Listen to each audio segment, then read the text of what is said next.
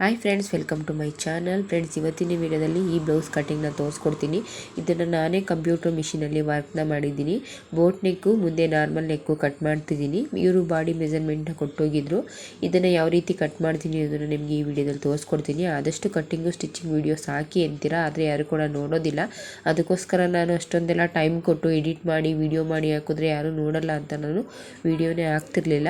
ಈಗ ತುಂಬ ಜನ ಕೇಳೋದ್ರಿಂದ ನಾನು ಕಟ್ಟಿಂಗ್ ವಿಡಿಯೋನ ಹಾಕ್ತಿದ್ದೀನಿ. ನೀವು ನೀಟಾಗಿ ನೋಡಿದ್ರೆ ವ್ಯೂವರ್ಸ್ ಇದ್ದರೆ ನಾನು ಕೂಡ ಸ್ಟಿಚಿಂಗ್ ವಿಡಿಯೋನೆಲ್ಲ ಹಾಕ್ತೀನಿ.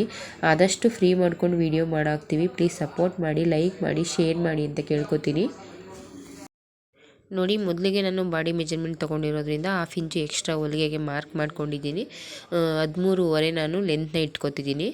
1/2 ಇಂಚು ಎಕ್ಸ್ಟ್ರಾ ಹೊಲಿಗೆಗೆ ಮಾರ್ಕ್ ಮಾಡಿಕೊಂಡು 13.5 ಇತ್ತು ಅವ್ರದ್ದು ಲೆಂತು, ಬ್ಯಾಕ್ ಲೆಂತು ಅಷ್ಟನ್ನೇ ಇಟ್ಕೊಂಡಿದ್ದೀನಿ. ಮತ್ತು 1/2 ಇಂಚು ಎಕ್ಸ್ಟ್ರಾ ಹೊಲಿಗೆಗೆ ಅಂತ ಇಟ್ಕೊತಿದ್ದೀನಿ. ಇದು ಬೋಟ್ ನೆಕ್ ಆಗಿರೋದ್ರಿಂದ ನಾನು ನೆಕ್ ವಿಡ್ತನ್ನ 4 ಇಟ್ಕೊತಿದ್ದೀನಿ. ನೆಕ್ ವಿಡ್ತನ್ನ ನಾನು 4 ಇಟ್ಕೊಂಡಿದ್ದೀನಿ. ಶೋಲ್ಡರ್ ವಿಡ್ತನ್ನ ನಾನು 2.5 ಇಟ್ಕೊಂಡಿದ್ದೀನಿ. ಅದು ಸುತ್ತಳತೆ ಬಂದು 37 ಇತ್ತು. 37ನ ನಾನು 4 ಭಾಗ ಮಾಡಿಕೊಂಡ್ರೆ 9.25 ಬರುತ್ತೆ. ಒಂದು ಅರ್ಧ ಇಂಚು 1/4 ಇಂಚು ದೊಡ್ಡದೇ ಇಟ್ಕೊತೀನಿ. ನಾನು ಆದಷ್ಟು ಬೋಟ್ ನೆಕ್ಗೆ ಆದಷ್ಟು ದೊಡ್ಡದೇ ಇಟ್ಕೊತೀನಿ. 9.25 ಬರುತ್ತೆ. 9.25 ಇಟ್ಕೊತೀನಿ ಆದಷ್ಟು ನಾನು ಯಾವಾಗಲೇ ಅದನ್ನು ಅಷ್ಟೇ. ಒಂದು ಸಲ ಇಲ್ಲ 2 ಸಲ ಚೆಕ್ ಮಾಡಿಕೊಂಡು ಕಟ್ಟಿಂಗ್ ಮಾಡಬೇಕಾದ್ರೆ ನಾವು ನೀಟಾಗಿ ಕಟ್ಟಿಂಗ್ನ ಮಾಡ್ಕೋಬೇಕಾಗತ್ತೆ. ನಾವು ಸ್ಟಿಚಿಂಗ್ ಮಾಡಬೇಕಾದ್ರೆ ಸಣ್ಣ ಪುಟ್ಟ ತಪ್ಪಾದರೆ ಅದನ್ನು ಬಿಚ್ಚಿ ಸರಿ ಮಾಡ್ಕೋಬೋದು. ಕಟ್ಟಿಂಗ್ ಮಾಡಬೇಕಾದ್ರೆ ಆ ರೀತಿ ಆಗೋಲ್ಲ. ನಾವು ಒಂದು ಸಲ ಕಟ್ ಮಾಡಿದ್ವಿ ಅಂದರೆ ಅದು ವೇಸ್ಟ್ ಆಗುತ್ತೆ. ಆದಷ್ಟು ನೀವು ಈ ರೀತಿ ಎಲ್ಲ ಕಟ್ಟಿಂಗ್ನ ಕಲಿತಿರೋರಾದರೆ ನಾನು ಹೇಳೋದಿಷ್ಟೇ, ವೇಸ್ಟ್ ಬಟ್ಟೆ ಮತ್ತು ಪೇಪರು ಅದನ್ನೆಲ್ಲ ಇಟ್ಕೊಂಡು ನೀವು ಕಟ್ಟಿಂಗ್ನ ಕಲ್ತ್ಕೊಂಡ್ರೆ ಬೆಟರು. ಮೊದಲಿಗೆ ನೀವು ಚೆನ್ನಾಗಿರೋ ಬಟ್ಟೆನ ಕಟ್ ಮಾಡಿದ್ರೆ ವೇಸ್ಟ್ ಆಗಿಬಿಡುತ್ತೆ. ಆದಷ್ಟು ನೀವು ವೇಸ್ಟ್ ಬಟ್ಟೆಗಳು ಮತ್ತು ಪೇಪರು ಅದನ್ನೆಲ್ಲ ಕಟ್ ಮಾಡಿ ಪ್ರಯತ್ನ ಪಟ್ಟು ಆಮೇಲೆ ನೀವು ಈ ರೀತಿ ಕಟ್ಟಿಂಗ್ನ ಮಾಡಿದ್ರೆ ಬೆಟರು ಅಂತ ಹೇಳ್ತೀನಿ. ಯಾರೇ ಆದರೂ ಅಷ್ಟೇ, ಹೊಸ್ದಾಗಿ ಬೋಟ್ ನೆಕ್ಕು, ನಾರ್ಮಲ್ ನೆಕ್ಕು ಏನು ಕಲಿತಿರ್ತೀರ ಯಾವುದನ್ನಾದ್ರೂ ಅಷ್ಟೇ ಒಂದು ಸಲ ಆ ರೀತಿ ಪ್ರಯತ್ನ ಪಟ್ಟು ಆಮೇಲೆ ನೀವು ಚೆನ್ನಾಗಿರೋ ಬಟ್ಟೆನ ಇಟ್ಕೊಂಡು ಕಟ್ ಮಾಡೋದ್ರಿಂದ ನಿಮಗೂ ಕೂಡ ಹೆಲ್ಪ್ ಆಗುತ್ತೆ ಮತ್ತು ಕಸ್ಟಮರ್ ಬಟ್ಟೆ ಕೂಡ ಹಾಳಾಗಲ್ಲ. ಹೊಸ್ದಾಗಿ ಕಲಿತಿರುವಂಥವ್ರು, ಹೊಸ್ದಾಗಿ ಇವಾಗ ಟೈಲರಿಂಗ್ಗೆ ಹೋಗ್ತಿರುವಂಥವ್ರು, ಕಲ್ತಿರುವಂಥವ್ರು ಎಲ್ಲರೂ ಆದರೂ ಅಷ್ಟೇ ಒಂದು ಸಲ ಆ ರೀತಿ ಮಾಡಿ ಆಮೇಲೆ ನೀವು ಕಟ್ಟಿಂಗ್ ಮಾಡೋದು ಬೆಟರು. ನೋಡಿ, ಈ ರೀತಿ ನಾನು 9.25 1 ಇಂಚಿನ ವಿಡ್ತನ್ನ ಇಟ್ಕೊಂಡಿದ್ದೀನಿ ಮತ್ತು 2 ಇಂಚು ಎಕ್ಸ್ಟ್ರಾ ಹೊಲಿಗೆಗೆ ಬಿಟ್ಕೊಂಡಿದ್ದೀನಿ. ನಾನು ಯಾವಾಗಲೂ 2 ಇಂಚನೇ ಎಕ್ಸ್ಟ್ರಾ ಬಿಟ್ಕೊತೀನಿ. ನಿಮಗೆ ಎಷ್ಟು ಬೇಕೋ ಅಷ್ಟನ್ನು ಬಿಟ್ಕೊಳ್ಳಿ. ನೋಡಿ, ಇವಾಗ ಶೋಲ್ಡರು ಮತ್ತು ಡೀಪ್ ವಿಡ್ತು ಎಷ್ಟಿದೆ ಅಷ್ಟಕ್ಕೆ ನಾನು ಆರ್ಮಲ್ ಡೌನ್ನ ಮಾರ್ಕ್ ಮಾಡ್ಕೊತೀನಿ. ಶೋಲ್ಡರು ಮತ್ತು ಡೀಪ್ ವಿಡ್ತು ಎರಡೂ ಸೇರಿಸಿ 4, 2.5 6.5 ಇತ್ತು. 6.5ಗೆ ಆರ್ಮಲ್ ಡೌನ್ನ ನಾನು ಮಾರ್ಕ್ ಮಾಡ್ಕೊಂಡಿದ್ದೀನಿ. 6.5ಗೆ ಮಾರ್ಕ್ ಮಾಡಿಕೊಂಡು ಈ ರೀತಿ ಶೇಪ್ನ ಕೊಟ್ಕೋತಿದ್ದೀನಿ, ಆರ್ಮಲ್ ಶೇಪ್ನ ಕೊಟ್ಕೋತಿದ್ದೀನಿ. ಕಂಕಳಿನ ಸುತ್ತಳತೆ ಬಂದು 17.5 ಇದೆ. ನಾನು ಆವಾಗಲೇ ಹೇಳ್ದಾಗೆ ಎಲ್ಲದನ್ನು ಕೂಡ 1/4 ಇಂಚಷ್ಟು ದೊಡ್ಡದಾಗಿ ಇಟ್ಕೊತೀನಿ. ಬೋಟ್ ನೆಕ್ ಆಗಿರೋದ್ರಿಂದ 17.5 ಅಂದರೆ 8.25 ಬರುತ್ತೆ. ನಾನು 9 ಇಟ್ಕೊಂಡಿದ್ದೀನಿ.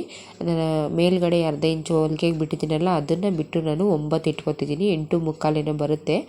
9 ಇಟ್ಕೊಂಡಿದ್ದೀನಿ. ನಾನು 1/4 ಇಂಚು ದೊಡ್ಡದೇ ಇಟ್ಕೊಂಡಿದ್ದೀನಿ. ಮೇಲ್ಗಡೆ ಕೂಡ ಅರ್ಧ ಇಂಚು ಮಾರ್ಕ್ ಮಾಡಿದ್ದೀನಲ್ಲ ಅದನ್ನು ಬಿಟ್ಟು ನಾನು ಇಟ್ಕೊಂಡಿದ್ದೀನಿ.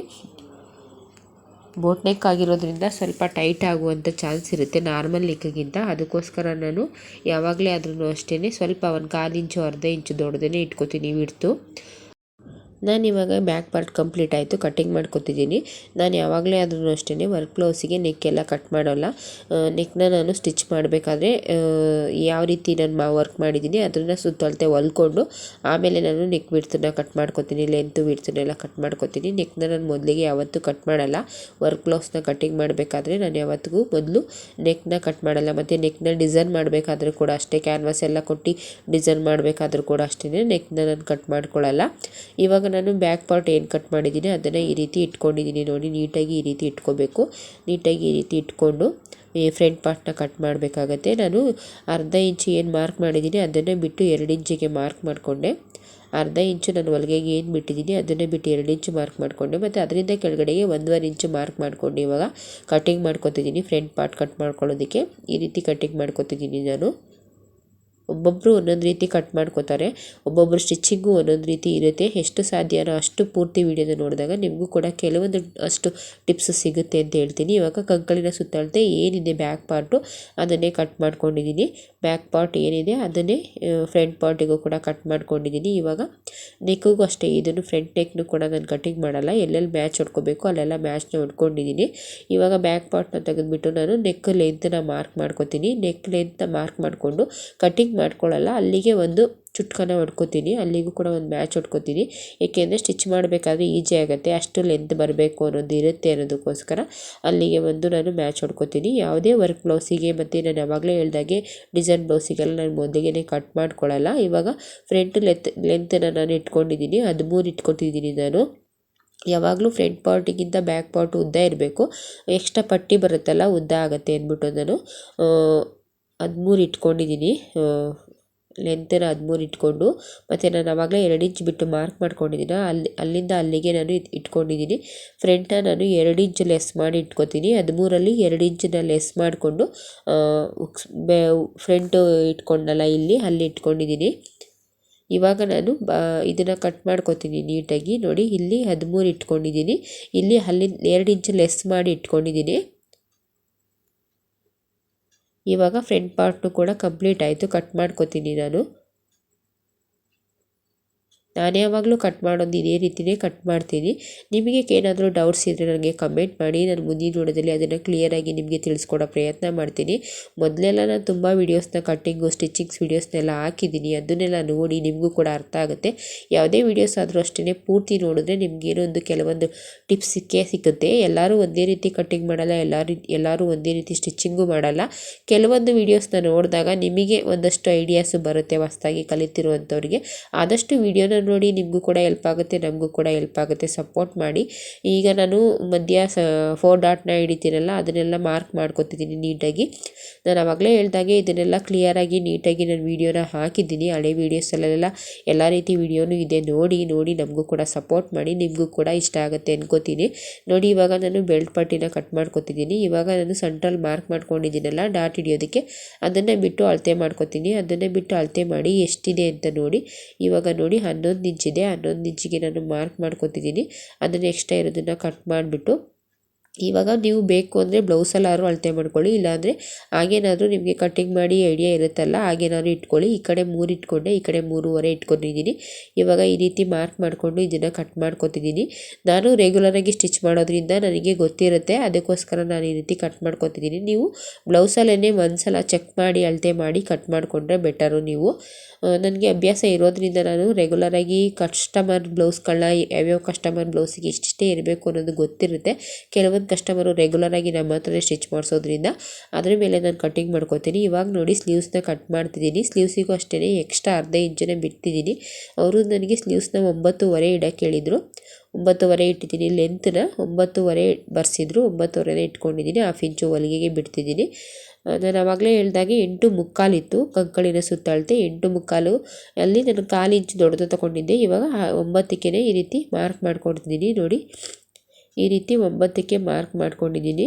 9ಕ್ಕೆ ಮಾರ್ಕ್ ಮಾಡಿಕೊಂಡು ಬಿಡ್ತು ಬಂದು 5 ಇತ್ತು, 10 ಇತ್ತು. 10ನ ಅರ್ಧ ಮಾಡಿಕೊಂಡ್ರೆ 5ಕ್ಕೆ ಮಾರ್ಕ್ ಮಾಡಿಕೊಂಡು ಈ ರೀತಿ ಗೆರೆನ ಹಾಕೋತಿದ್ದೀನಿ. ನೋಡಿ, ನೀಟಾಗಿ ಈ ರೀತಿ ಗೆರೆನ ಹಾಕ್ಕೋಬೇಕು. ಇವಾಗ ನಾನು ಶೇಪ್ನ ಕೊಟ್ಕೊತಿದ್ದೀನಿ, ಸ್ಲೀವ್ಸಿಗೆ ಶೇಪ್ನ ಕೊಟ್ಕೊಂಡಿದ್ದೀನಿ. ಮತ್ತು ಎಕ್ಸ್ಟ್ರಾ 2 ಇಂಚು ಹೊಲಿಗೆಗೆ ಬಿಟ್ಕೊಂಡಿದ್ದೀನಿ. ನಾನು ಆವಾಗಲೇ ಹೇಳ್ದಾಗೆ ನಮಗೆ ಅಭ್ಯಾಸ ಇರೋದ್ರಿಂದ ಯಾವುದನ್ನು ಕೂಡ ಜಾಸ್ತಿ ಅಳತೆ ಮಾಡಲ್ಲ. ನಿಮಗೆ ಬೇಕು ಅಂದರೆ ಒಂದೊಂದನ್ನು ಕೂಡ ಅಳತೆ ಮಾಡಿಕೊಂಡು ನೀವು ಕಟ್ಟಿಂಗ್ ಮಾಡ್ಕೊಳ್ಳಿ. ಇವಾಗ ನಾನು ನೀಟಾಗಿ ಶೇಪ್ ಕೊಟ್ಕೊಂಡಿದ್ದೀನಿ. ಇವಾಗ ಅಷ್ಟು ಕರೆಕ್ಟಾಗಿ ಬಂತ ಅಂತ ಒಂದು ಸಲ ಚೆಕ್ ಮಾಡಿ ಕಟ್ಟಿಂಗ್ ಮಾಡ್ಕೊತಿದ್ದೀನಿ ಅಷ್ಟೇ. ಜಾಸ್ತಿ ಏನು ಕೆಲಸ ಹಿಡಿಯಲ್ಲ ಕಟ್ಟಿಂಗ್ ಮಾಡಬೇಕಾದ್ರೆ, ಏಕೆಂದರೆ ನಮಗೆ ಅಭ್ಯಾಸ ಇರುತ್ತೆ. ನೀವು ಬೇಕಾದರೆ ಒಂದು ಸಲ ಇಲ್ಲ 2 ಸಲ ಚೆಕ್ ಮಾಡಿಕೊಂಡು ಅಳತೆ ಮಾಡ್ಕೊಂಡು ಕಟ್ಟಿಂಗ್ ಮಾಡಿ. ಇವಾಗ ಸ್ಲೀವ್ಸ್ ಕಟ್ಟಿಂಗ್ ಕೂಡ ಆಯಿತು. ಇವಾಗ ಎಲ್ಲೆಲ್ಲಿಗೆ ನಾನು ಎಕ್ಸ್ಟ್ರಾ ಹೊಲಿಗೆಗೆ ಬಿಟ್ಕೊಂಡಿದ್ದೀನಿ ಅದನ್ನೆಲ್ಲ ನೀಟಾಗಿ ಚುಟ್ಕನ ಹೊಡ್ಕೊತಿದ್ದೀನಿ. ಏಕೆಂದರೆ ಸ್ಟಿಚಿಂಗ್ ಮಾಡಬೇಕಾದ್ರೆ ಈಸಿ ಆಗುತ್ತೆ, ಅದಕ್ಕೋಸ್ಕರ ಈ ರೀತಿ ಎಲ್ಲ ಮ್ಯಾಚ್ ಹೊಡ್ಕೋಬೇಕು ನಾವು. ಇವಾಗ ಫ್ರಂಟ್ ಪಾರ್ಟಿಗೆ ಸ್ವಲ್ಪ ಶೇಪ್ನ ಕೊಟ್ಕೊತಿದ್ದೀನಿ.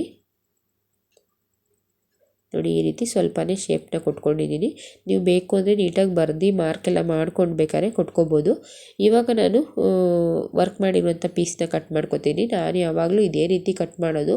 ಯಾವಾಗಲಾದರೂ ಜಾಸ್ತಿ ಹ್ಯಾಂಡ್ ವರ್ಕು ಆ ಥರದ್ದೆಲ್ಲ ಇದ್ದರೆ ಮಾತ್ರ ಫಸ್ಟು ಬ್ಲೌಸ್ ಪೀಸ್ನ ಕಟ್ ಮಾಡ್ತೀನಿ.